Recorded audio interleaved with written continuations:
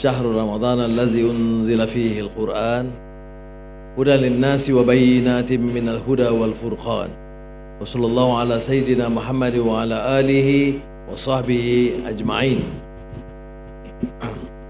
Saudara Menteri Besar Tuan Rusdi, Al-Ilman Mesyuarat Kerajaan Negeri, Tasik, KSN, KPPA, Speaker dan ahli yang berhormat, seusaha kerajaan dan pegawai yang hadir dan rakan-rakan saya muliakan.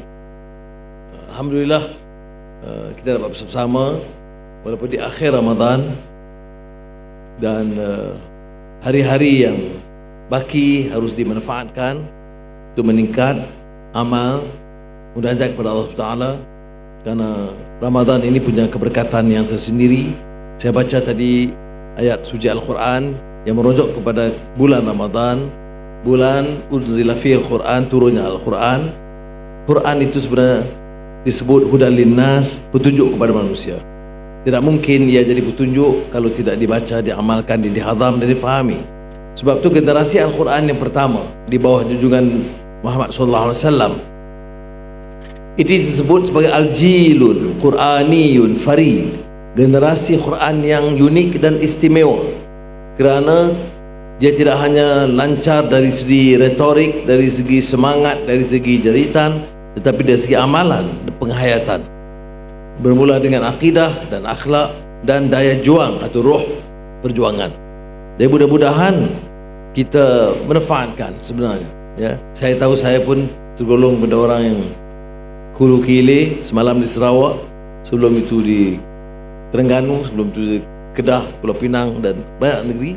Tetapi saya sengaja mengungkapkan hal ini untuk memperingatkan saya juga, supaya dalam segala kesibukan jangan lupa bahawa Ramadan itu bulan yang istimewa dan turunnya Al-Quran itu sebagai satu petunjuk kepada kita supaya kita manfaat dengan baca. Petunjuk kepada manusia kalau kita faham, petunjuk kepada manusia kalau kita amalkan. Bila kita bicara soal itqan fil amal, efisiensi dalam kerja, kalau kita bicara soal nilai, soal kebenaran, soal keadilan, soal kemanusiaan, ya, melupuskan segala sifat-sifat yang disebut ciri-ciri masyarakat jahiliah, kezaliman, ketidakadilan, rompakan harta dan kekayaan yang bukan hak kita, menghina kaum, menghina golongan lain, golongan minoriti. Ini semua adalah berpaksi kepada keyakinan kita kepada Al-Quran. Bahawa Al-Quran itu dengan sendirinya membentuk masyarakat yang meleburkan faham kesempitan, faham perkauman sempit, ya, dan menganjurkan fahaman baru yang tegak atas prinsip nilai, apa yang benar, apa yang adil, dan menghormati kemanusiaan, mengangkat martabat manusia. Walaqad karramna bani Adam, Allah mengangkat, bukan kita. Kalau Allah angkat karamah manusia dan insaniah itu, kita tidak ada peranan untuk menghina sesiapa, sama ada dia paling miskin, kawasan yang paling terus corot, atau golongan paling kaya di bandar, desa, pedalaman. Dia tidak boleh mengedepankan prinsip kemanusiaan itu.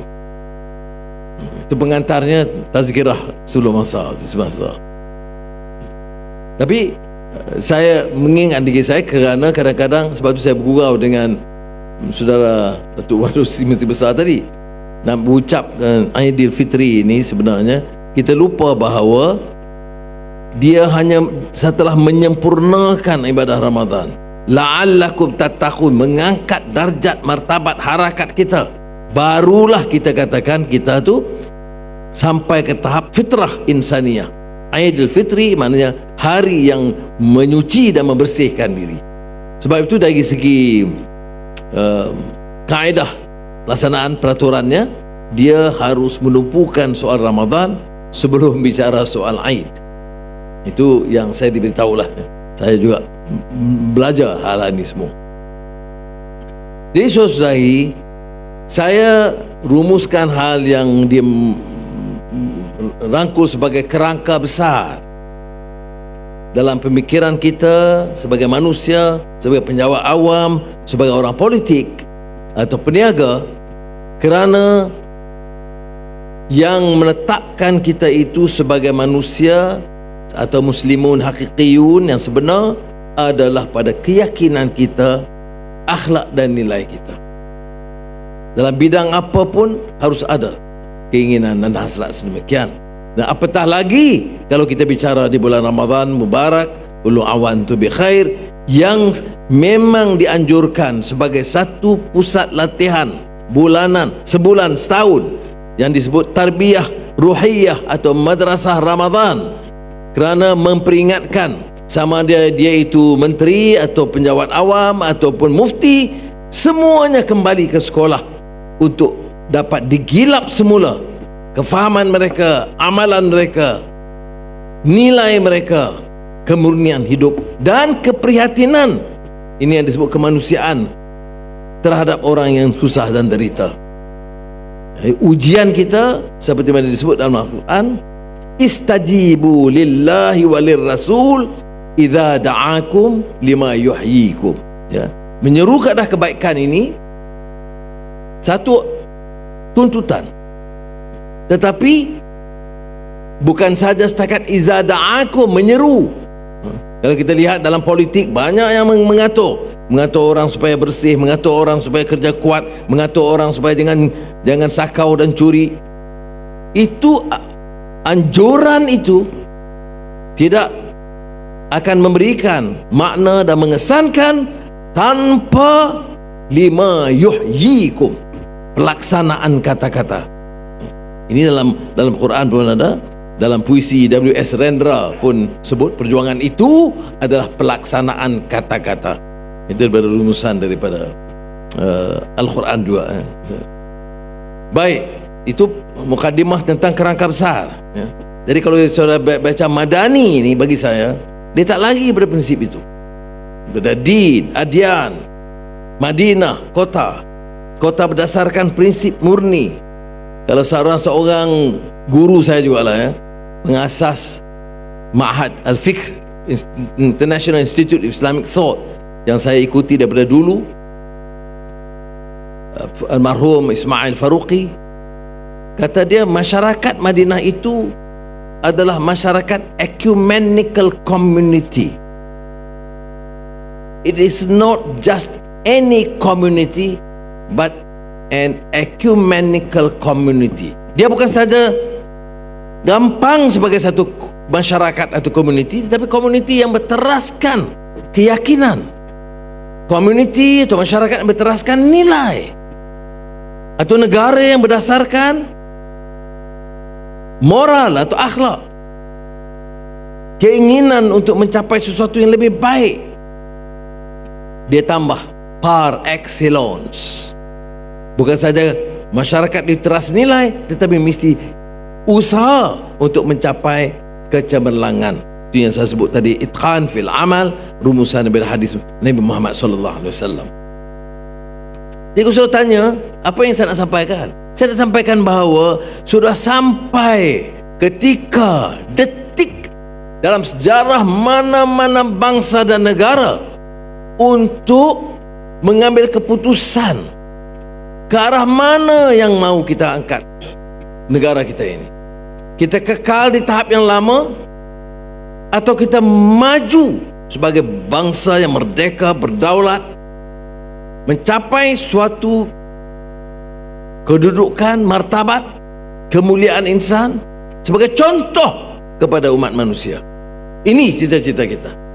Apakah mampu melakukannya? Kalau disebut Madani ini, saya yakin dengan syarat pimpinan politiknya, penjawat awamnya dan peniaganya itu semua bekerja sebagai satu pasukan, meninggalkan amalan rusak yang lama, tidak menggunakan kuasa sebagai Perdana Menteri, Menteri Kewangan, pembesar-pembesar untuk merompak kekayaan, memunggah kekayaan dan memperkayakan diri keluarga mereka, dan menggunakan ini betul-betul sebagai satu amanah untuk berkhidmat. Apakah yang mudah? Tidak mudah. Ya, tetapi saya yakin kalau ia berpaksi kepada keyakinan, perubahan itu boleh berlaku. Ini ketentuan sejarah. Tidak siapa yang boleh memungkiri kenyataan sejarah. Apa dia kenyataan sejarah? Bahawa ada pasang surut tamadun. Ada dalam sejarah Islam, sejarah Cina, sejarah India bangkit, dan ada ketikanya menjunam, jatuh. Di antara yang awal mengemukakan teori ini adalah pemikir Islam Abdurrahman Ibn Khaldun dalam kitabnya Muqaddimah. Dia mengkaji negara-negara Islam utara Afrika. Apa yang menyebabkan mereka bangkit setelah menerima Islam? Kerana keyakinan, kerana cita-cita murni dan idealisme, kerana mahu membawa sesuatu yang baik bagi negara dan bangsa mereka, tamadun baru, asas ilmu, asal akhlak, dan tentunya pembangunan. Pindah daripada yang disebut Umran Baydawi, tamadun Badui, tamadun padang pasir, kepada Umran Hadari, kepada tamadun peradaban kota yang baru. Maka muncullah kota-kota dan negara-negara ulung yang mampu meletakkan asas kepada tamadun dan sejarah baru. Satu generasi, dua generasi, masuk tiga generasi, bibit-bibit kehancuran mula kelihatan. Ibarat anak-anak yang merobek seluruh kekuatan paksi bangunan di gedung-gedung itu. Apa dia anak-anaknya? Rasuah, keangkuhan kuasa, arrogance of power, dan menggunakan kuasa itu tidak lagi berkhidmat. Hilang idealisme, hilang cita-cita murni. Yang bangkit adalah semata-mata nafsu serakah untuk menjaga kepentingan pribadi dan keluarga dan sanak saudara, dan diremehkan kepentingan rakyat.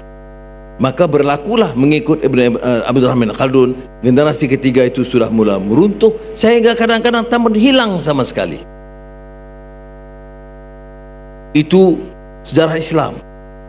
Kalau yang mengikuti sejarah Barat, kita tahu tentang Gibbon, Decline and Fall of the Roman Empire. Siapa yang tidak kagum dengan Roma, Imperatoria Romawi? Orang yang pergi Rom tengok, kalau tengok relics of the past, itu luar biasa hebatnya.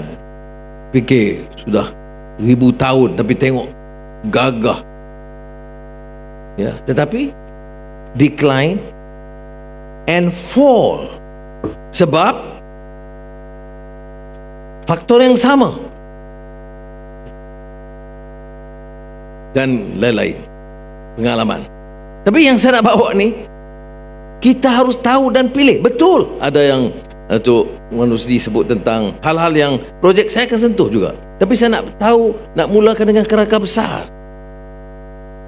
Dan ada orang kata, oh tak mau, orang-orang kita ni tak mau dengar ini semua. Dia nak dengar projek, dia nak dengar apa dia dapat. Saya tak setuju. Ini sikap golongan elit politik atau elit kota yang merasakan orang ni bawah ni semua tak layak bicara soal-soal pokok, soal prinsip.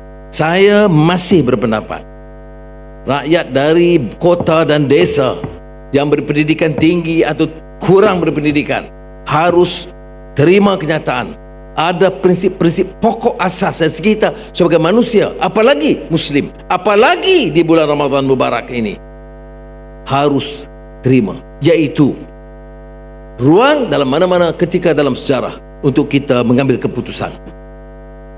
Keputusan kita, kalau saya di Malaysia ini, saya percaya sudah faham, itu untuk merubah. Kita tidak boleh menafikan, ini bukan gelanggang politik. Saya tidak mengatakan bahawa semua yang dulu itu rosak, tidak. Ada pejuang-pejuang besar, baik Datuk Onn Jaafar, atau Burhanuddin Al-Helmi, Tunku Abdul Rahman Putra Al-Haj, Tun Razak Hussein, anak Pahang yang punyai sejarah dan rekod kerja yang cukup cemerlang. Tetapi anak-anak sudah menjadi sistemik. Saya kebetulan juga Menteri Kewangan. Tengok saja fail, tengok bicara saja projek-projek besar. Hampir, saya tak boleh kata semuanya, tapi banyak sekali saudara. Ini bulan Ramadan saya bercakap ini, saya tidak berokok nambah. Semua ada ketirisan, ada yang robek, ada yang rasuah, ada yang komisen. Saya panggil ketua-ketua Angkatan Tentera pada ni, laut, udara, darat, itu bincang.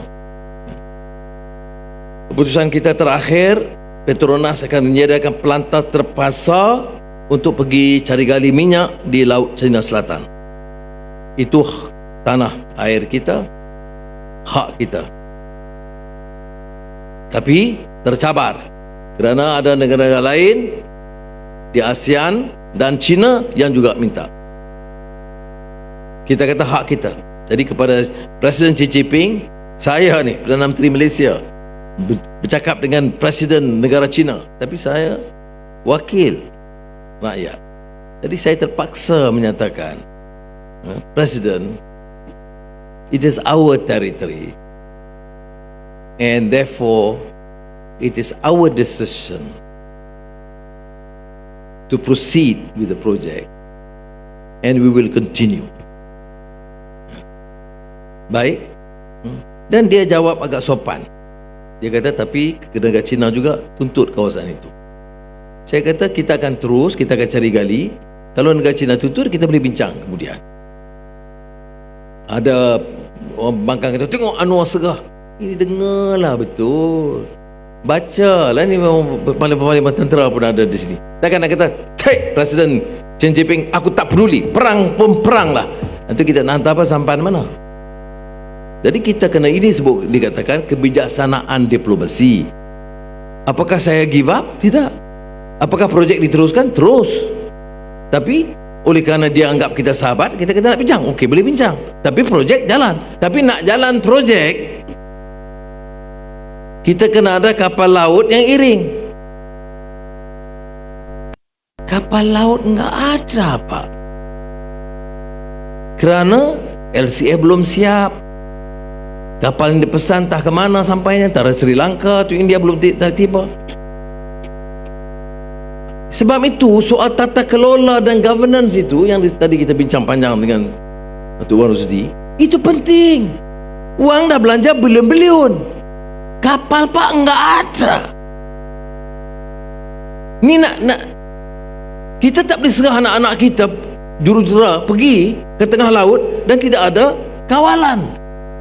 Ini saya bagi contoh apa sebab kita harus pulihkan semangat, gilap idealisme, dan ada satu keyakinan baru. Jangan kiralah slogan Melayu lah, slogan Islam ke, slogan parti, ini boleh digunakan masa pilihan raya. Sekarang ini masa kita bertindak sebagai satu pasukan rakyat Malaysia untuk menyelamatkan negara kita. Itu saya bagi satu contoh, ya. Kapal gilek, belum lagi hal lain, belum lagi tempatan banjir yang kita bincang pagi tadi depan semua menteri besar dan ketua menteri dan Premier Sarawak. Jadi dari tebatan banjir jadi sebat banjir. Projek tak jalan, komisen jalan. Tapi polemik dan naratif di bawah itu sudah kena waspada. Sebab itu kita harus terikat dengan fakta, bukan dengan emosi. Soal ini soal negara, menyelamatkan negara.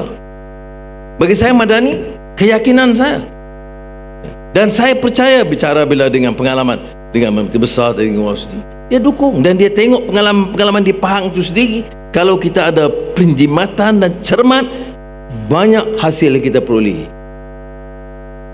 KSN tahu saya saban hari dengan dia, dan saya tidak pernah menafikan peranan penjawat awam dan pengalaman saya dulu sekalipun masa Menteri Kewangan. Tak banyak konsultan macam sekarang. Sekarang ni sikit-sikit konsultan dan belanja konsultan dah puluh bilion ringgit. Padahal keupayaan penjawat awam itu terbukti. Yang kita bangunkan negara sejak 60-an, 70-an, 80-an itu dengan minimal sekali kos konsultansi. Kalau tidak ada keupayaan, ramai yang sudah PhD di kalangan penjawat awam. Kirim dia nak hantar ke mana? Ke Harvard, hantar ke Beijing University, ke mana-mana. Lebih baik kita latih, dia tentukan dasar kita, dia pilih yang terbaik daripada hanya menyerah kepada orang asing, konsultan semuanya. Ini beberapa perubahan yang sedang kita lakukan cara bersungguh-sungguh.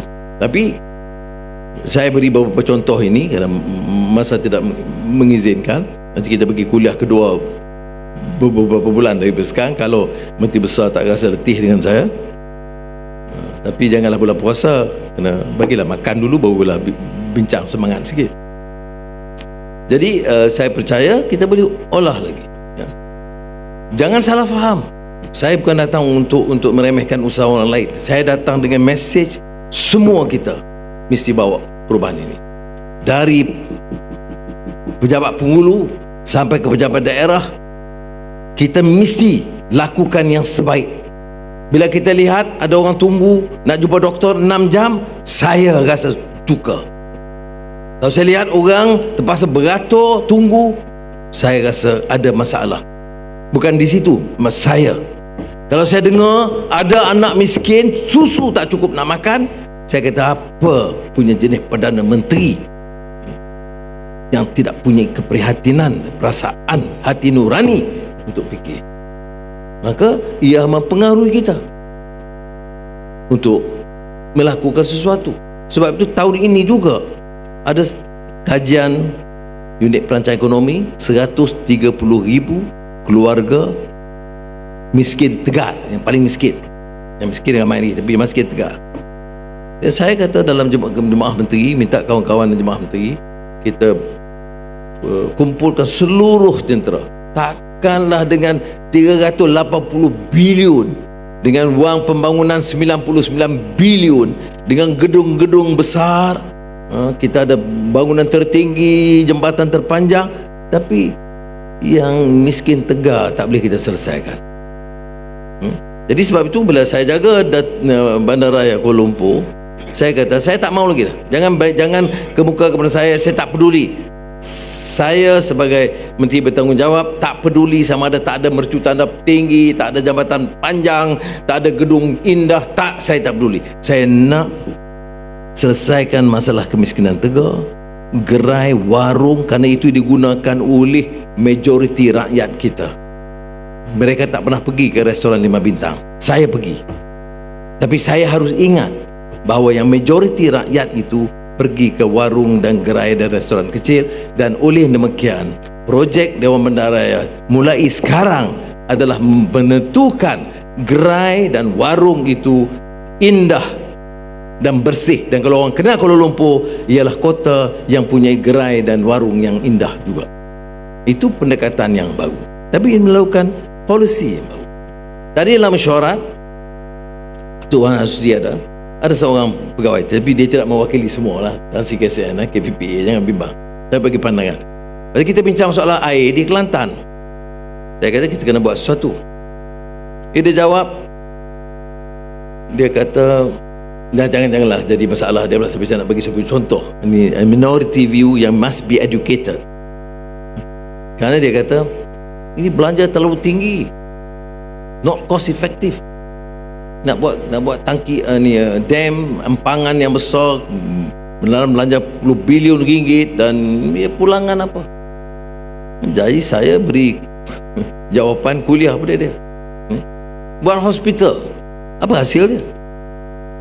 Itu kesihatan rakyat, itu tanggungjawab kita.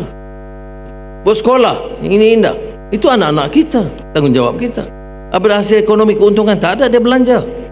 Buka ladang-ladang baru, buat jalan-jalan. Ini semua tanggungjawab yang mesti disempurnakan. Tapi tentulah kita minta penjawat awam kerja dengan lebih sungguh-sungguh. Kita minta rakyat kerja lebih rajin. Tapi tak betul kata sikap kalau kita katakan masalah air ni belanja terlalu besar. Kenapa ketika kerajaan yang tak boleh bagi jaminan air bersih kepada rakyat dia? Dan saya harap dia faham, dan insya-Allah bila kita panggil semua pejabat awam kanan untuk ada kursus sedikit, saya akan bersama mereka dan bincang hal-hal ini. Tapi balik kepada 130,000 ni, itu yang saya sebut, dia tidak bilion-bilion. Jadi kita putuskan, dan saya sebut di dalam Belanjawan Madani, saya nak noktahkan kemiskinan Tegar tahun ini juga. Jadi semua kementerian, ya,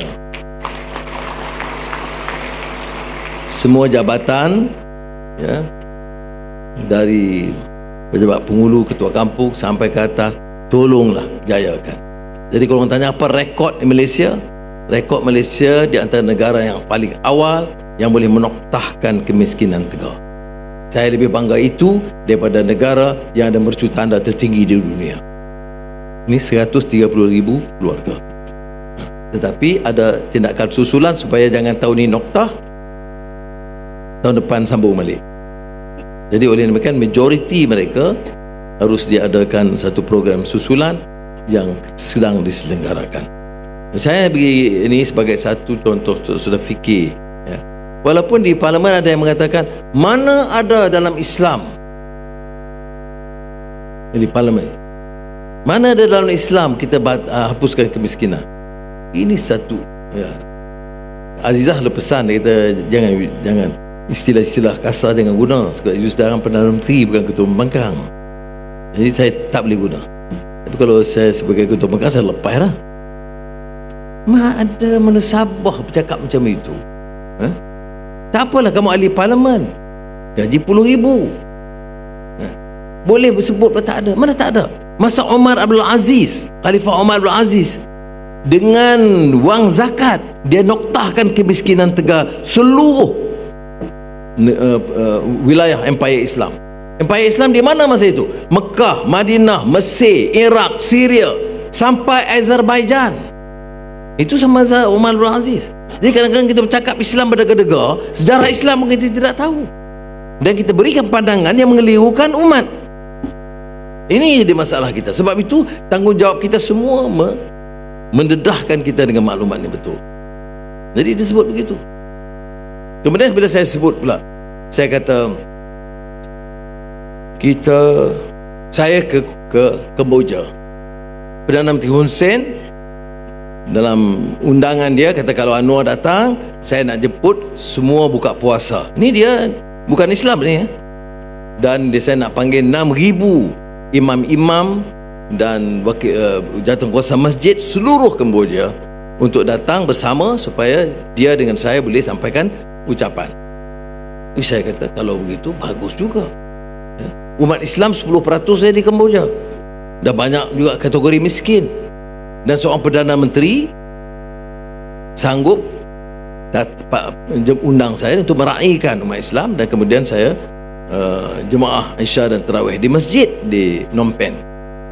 Jadi saya sambut. Jadi dalam ucapan saya menerangkan perkara ini, saya kata itu bila kita majoriti macam di Kemboja itu, dia tidak sombong kerana majoriti, dia santuni yang minoriti umat Islam. Jadi kita di Malaysia pun harus begitu. Kita majoriti, kita tunjuk contoh ummatan wasata litakunu syuhada'a 'alan nas, contoh yang baik kepada manusia. Jangan kita sombong dan angkuh. Kemudian saya diserang, Anwar sangat tidak bertanggungjawab, menuduh orang-orang Melayu angkuh dan sombong. Ini sebabnya kita politik ini kadang-kadang durjana, kerja orang yang menipu walaupun guna Islam. Kalau sudah dengar, sekarang dengar konteks dia kan. Saya kata tengok pengalaman Hun Sen, 10% umat Islam dia cuba jaga. Jadi kita juga tanggungjawab kerana Kalau masing-masing ketua semua angkuh dan sombong, golongan minoriti dia tekan belaka. Tidak pernah saya sebut bahawa orang Melayu itu angkuh dan sombong. Tapi demikianlah keadaannya dan kita harus hadapi. Tapi tidak harus runsing, kita harus tumpu kepada kerja kita. Dan saya harap sudah faham ini maksud Madani ini. Saya tidak mau jadi hanya slogan saja. Nanti mai Perdana Menteri ini perpaduan, mai Perdana Menteri Islam Hadari, mai ini pula keluarga Malaysia, ini pula satu Malaysia. Jadi Madani, jadi seorang tidak. Saya tak kisah dengan baik itu. Tapi saya nak kita faham maksud mengangkat martabat umat. Dan kalau mau angkat, kita mesti ada perubahan. Jangan nafi. Kenyataannya bahawa rasuah itu menjalar sebagai wabak yang parah. Jadi harus ada tindakan yang tegas untuk dari mana tindakan? Dari atas. Kalau duduk marah orang di bawah ambil RM50, kita kata, saya dalam ucapan dulu saya sebut begitu. Orang di bawah kutip RM50, penguatkuasa bandaran ke, polis ke, RM50, corruption. Orang atas ambil RM500 juta, itu commission. Kan itu tidak menasabah. Jadi kita kena stop itu corruption dan stop the big corruption. Dan kalau peran saya nasihatkan pada badan penguatkuasa, SPRM, Peguam Negara, jangan peduli siapa, kita dah bagi amaran panjang, yang besar-besar ambil tindakan. Siapa bukan urusan saya. Sama dan dakwah itu tidak, bukan urusan saya. Urusan saya mengarahkan bahawa kamu punya kebebasan dan ruang dan wewenang untuk bertindak setegas mungkin, kerana saya mau dalam 1 tahun ada mesej yang jelas. Kita tidak akan tolak ansur dengan hal sebegian. Baik, Datuk Menteri Besar ni kawan saya, dia kahwin dengan orang Matampau. Pak Mertua dia tu memang penyokong kita kuat. Tapi dia kekal UMNO, tak ada masalah lah. Saya baik dah sekarang, dah okey tu. Dan dia bangkitkan ini, saya puji. Dia bukan jumpa saya minta projek untuk diri dia. Dia jumpa saya di pejabat. Saya maklum kepada yang Tuan Agong. Dia kata, Menteri Besar ni datang, saya belum tanya, belum pun tanya apa khabar. Tunggu bawa fail tinggi ni, projek-projek untuk di Pahang. Jambatan lah rosak lah, sekolah lah, ni jalan lah, macam-macam. Tapi tak apa, itu kerja ni. Lepas tu dia berjaya sebagai Menteri Besar. Saya ucap tahniah. Sebab itu menang bergaya sebagai naib Presiden UMNO. Dia sebut di antara lain ialah Maris ni jalan yang baik ke jalan bawah negeri. Jadi disebut. Sekarang ni aneh. Dulu jalan negeri itu teruk. Masa saya Menteri Kewangan dulu, jalan negeri ni memang teruk.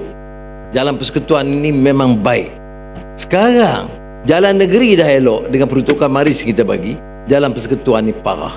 Lubang sana, lubang sini. Ya. Bukan saya di Pahang, di Shah Alam, di luar daripada PJ. Jadi oleh itu saya dengar pandangan dia. Maka sebab itulah saya tambah lagi peruntukan untuk sehingga 1 bilion. Tadi tambah lagi untuk memperbaiki jalan-jalan persekutuan dengan tindakan segera. Saya tindakan segera, saya tidak setuju rundingan terus kerana banyak songlap. Tapi kalau tender terhad dan cepat, umpamanya tempatan banjir, kita bagi 3 bulan. Bulan Jun take off. Jadi dan projek di Pahang ini besar, projek tempatan banjir.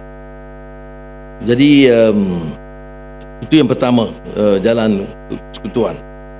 Kemudian dia minta sedikit kelonggaran syarat. Dulu tak boleh belanja untuk beli apa-apa, tapi untuk Bailey Bridge, untuk hadapi banjir, kita setuju. Jadi kita dah bagi kelonggaran dan dah sebut pagi tadi. Keduanya, iaitu yang tadi saya sebut tentang kerajaan persekutuan akan menambah peruntukan sehingga 1 bilion ringgit. Maknanya dalam 2 bulan saya tambah. Sebab apa saya boleh tambah? Kerana hasil kita, unjuran kita sebelum masa belanjawan Madani itu tidak setinggi yang kita capai sekarang. Dalam masa 3 bulan, Disember, Januari, Februari dan sampai Mac, hasil daripada lembaga hasil dalam negeri itu melonjak naik. Alhamdulillah. Jadi orang tokoh-tokoh besar dia tengok sekarang keadaan sekarang, dia start bayar cukai penuh. Kerana saya bagi tahu, saya bagi LHDN, saya tak peduli kamu Tun ke, kamu Tan Sri ke, kamu Datuk Sri ke, kamu tak bayar cukai, saya pergi. Jadi sekarang ni dengan tak sebenar, alhamdulillah hasil lembaga itu meningkat, melonjak naik. Jadi sebab itu saya boleh umum. Bagaimana bila lonjak saya umum. Termasuk projek-projek di Pahang. Tapi saya tumpu sekolah taif, klinik taif, jalan berlubang, kerana ini yang harus diutamakan. Dan kuartus kaki tangan kerajaan. Kalau tengok blok-blok tentera kuartus ni, ya Allah, itu polis. Saya di Sungai Buloh lama. Dan selalu jumpa staf penjara ni, dia sebut Allah, dia kata kadang-kadang dia curi tunjuk apa ni, di hospital, di penjara tak boleh dia pakai jammer. Di hospital dia pakat dengan saya malam tu, bila tengok pegawai tak ada, dia tutup jammer tu. Jadi ini sekarang saya boleh cerita, dulu tak boleh. Jadi dia tunjuk dalam phone tu rumah, pintu pecah, tingkap tak ada. Jadi hal-hal ini, sebab itu saya untuk tahun ini, untuk kuartus kaki tangan kerajaan, saya belanja peruntukan RM1 bilion. Ya. Tapi tak cukup. Sebab itu untuk tahun ini 1.4 bilion untuk sekolah daif dan klinik. Saya punya jangkaan untuk tahun depan, untuk belanjawan tahun depan, itu hasil kita boleh tambah. Kerana saya tengok kalau setakat 1 bilion tak cukup untuk maintenance projek-projek ini. Tadi dalam saya lepas mesyuarat Majlis Kewangan Negeri, kita buat khatam Quran di Jabatan Perdana Menteri. KSN tak ada. Saya tanya mana-mana KSN dah bertolak di sini. Jadi masa khatam Quran tu tak lengkap, pasal KSN tak ada. Jadi ketua. Dan lepas itu saya umumkan beberapa keputusan, termasuklah cuti hari Jumaat, cuti umum. Kerana saya tengok ke tak cuti pun orang dah gelisah dah. Saya tiap kali pergi mana-mana, tu Sri, bila puasa, bila raya. Saya kata puasalah dulu. Dia kata bila raya, patut doa supaya puasa tambah 1 hari lagi. Lebih raya 1 Syawal dia tetapkan, tidak boleh dirubah. Jadi kalau tanya bila raya, saya kata 1 Syawal sudah. Yang lain tu tunggu. Saya rasa kemungkinan hari Sabtu, wallahu alam. Tapi sebaik hari Jumaat kita buat cuti umum. Kemudian tol percuma daripada 19, maknanya esok 19, 20, 21 ya. Tol percuma. Dan 24 sebalik, 19, 20, 21 dan 24, 4 hari tol percuma. Belanja banyak tu bukan dia tanggungan kerajaan tu 1 juta je tu ya. Kemudian ada lain-lain yang kita bantu, termasuk rumah kos rendah atau rumah rakyat, itu dapat kita turunkan kerana kita sediakan bahan mentah yang lebih percuma, yang kos juga ratusan juta ya. Yang ni mungkin sudah lihat nanti kenyataan dari laporan kenyataan yang kita keluarkan tadi. Jadi sekali lagi saya ucap terima kasih kepada saudara Datuk Wan Rosdi, Setiausaha Kerajaan Negeri dan rakan-rakan yang tunggu lama tadi sikit, kerana memberikan kesempatan saya untuk menyampaikan pandangan. Dan saya harap benar-benar kita faham bahawa ada agenda yang nak lakukan. Saudara pun dengar nama Anwar ni dah lama, macam-macam cerita boleh tafsir, tapi tak apa. Tapi saya syukur alhamdulillah, setelah simpang siur hidup yang pelbagai, senang susah, gembira derita, lebih banyak derita dari gembira. Ada satu pemberita interview di Indonesia, wah, dia kata Pak Anwar hidupnya pasang surut terus ya. Saya kata ya, lebih banyak surut dari pasang. Tetapi yang penting ialah kita harus bersama memulakan satu tekad. Saudara-saudara, saya yakin, saya pernah di mana-mana menteri-menteri keuangan dulu, di mana keadaan ekonomi itu lebih baik. Dan saya yakin, percaya, kita punya keupayaan untuk meningkat baik. dengan mutu pendidikan, kesihatan, digital technology, ya, yang cukup cemerlang. Dan saya tengok dalam kunjungan kita ke luar negara dan kunjungan-kunjungan daripada luar, itu mengambil serius sikap kita, ya. Dan saya tidak hanya menokok nambah, ya, layanan negara China, negara besar, itu kepada kita dengan penuh hormat kepada kita. Dan saya terharu bukan sebab manual, sebab saya mewakili satu negara yang bagi saya negara hebat, Malaysia ini, ya. Presiden Germany setelah balik, saya dapat tadi mesej dia nak telefon saya esok petang untuk bincang beberapa perkara yang diputuskan untuk supaya ada kerjasama yang lebih baik.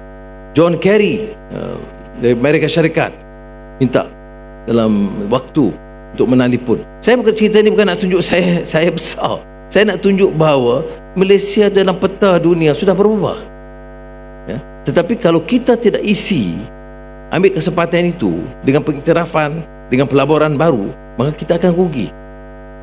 Tapi kita boleh isi kalau tata kelola kerajaan itu lebih teratur. Sikap pimpinan politik, pejabat awam itu ada perubahan ke arah kebaikan. Islah mastata'tu. Terima kasih. Wassalamualaikum warahmatullahi wabarakatuh.